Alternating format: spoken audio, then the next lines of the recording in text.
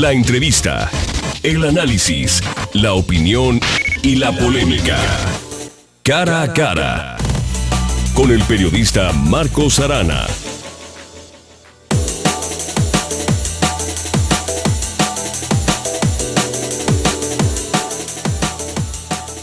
Tengo frente a mis ojos un libro singular. Singular porque fue escrito con tinta del corazón.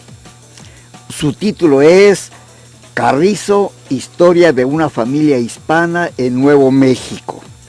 Es de los libros que se leen de corrido, casi de un jalón, porque una escena alimenta la siguiente y así hasta la página 300. Hoy, el auditorio del programa Cara a Cara tiene la oportunidad de escuchar a Víctor Alejandro Abeyta Sandoval, más que de sus labios, a través de los latidos de su corazón. Va a decirnos la historia de Porfirio y Carmen, sus padres. Víctor, ¿qué tal? ¿Cómo estás? Muy bien, Marcos, muchas gracias. Encantado de estar acá. Yo te pido que compartas con el auditorio de Cara a Cara esta experiencia que debió haber sido única para ti, porque no te ocupaste de personajes ajenos, sino de personajes propios. Exactamente. Cuéntanos un poco cómo surgió la idea, qué te movió, qué te hizo escribir este libro. Bueno, mira, escribir no es fácil, pero lo que sí aprendí muy temprano, de que para poder escribir tienes que conocer el tema.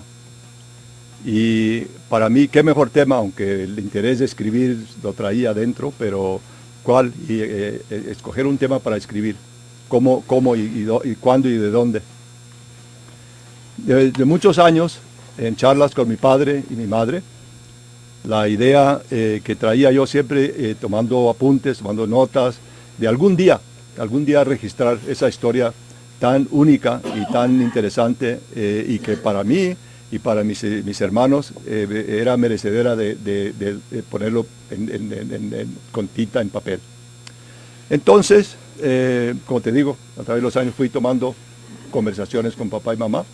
No hice búsquedas así en los archivos, cosas profundas, sino que fueron cosas de conversaciones, hablando con papá y mamá, notando siempre, tomando nota en mi mente de que algún día iba a poner esto en un libro, una libreta, algo iba a hacer. Mis hermanos, mi hermano mayor, él trataba de hacer lo mismo. Entonces él también tomó muchas notas, entonces a mí me sirvió mucho, porque finalmente él dijo, ya yo no puedo. Y mi hermana mayor igual, hazlo tú. Y digo, sí, no, yo lo traigo acá, aquí lo traigo dentro, lo voy a hacer. Cuando nos fuimos a Moscú, yo después de que me casé con Susan, nos fuimos de Washington a Moscú.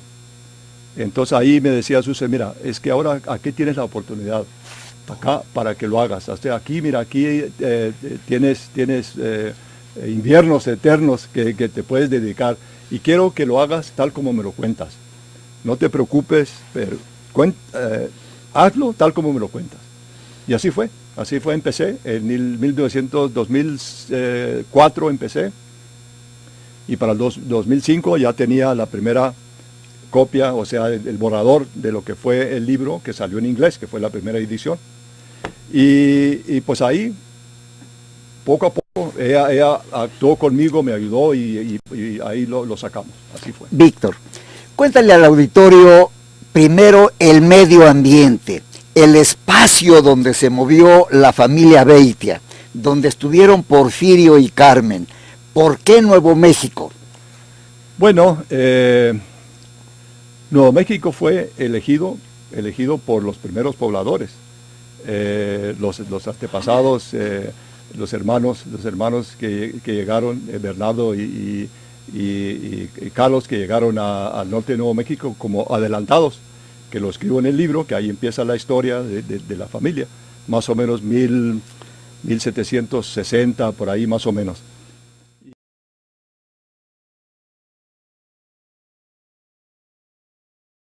que en aquel entonces era Nueva España, y ahí empezó. Lo que ellos llevaban eran personas humildes, algunos ya ellos, los adelantados, ya más estudiados, eran los que iban encarando el grupo de gente. Se establecieron en un pueblito que se llama ay caray, bueno, es cerca de Chimayó, ahí donde mi antepasado Bernardo construyó una capilla.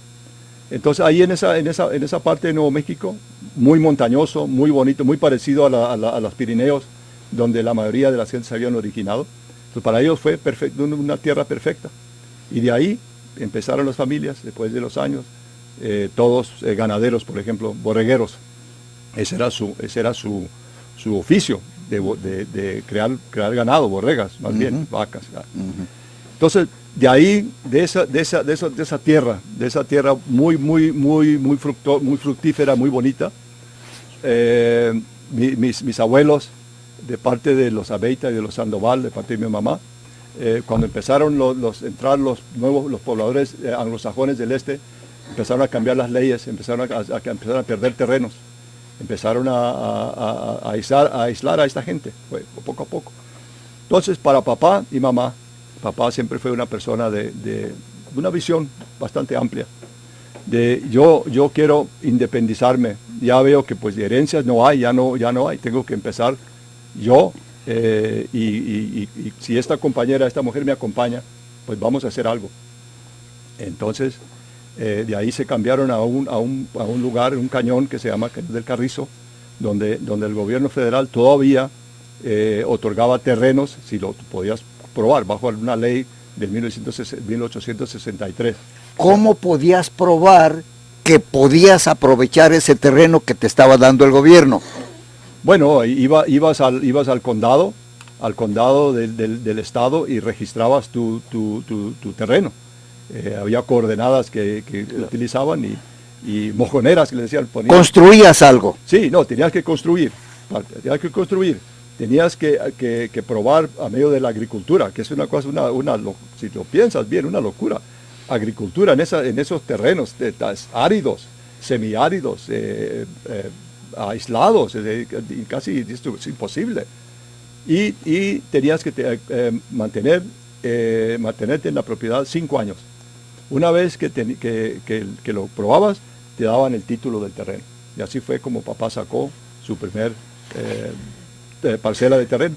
Algo que llama la atención, Víctor, es cuando Porfirio era un pequeño, era un chiquillo, era un niño, y su abuelo o su familiar ascendiente le comisionó para que criara borregas. ¿Sí? A ver, cuéntanos eso. Pues a ver, mira, su padre, que fue mi abuelo, era, como dije, era ganadero.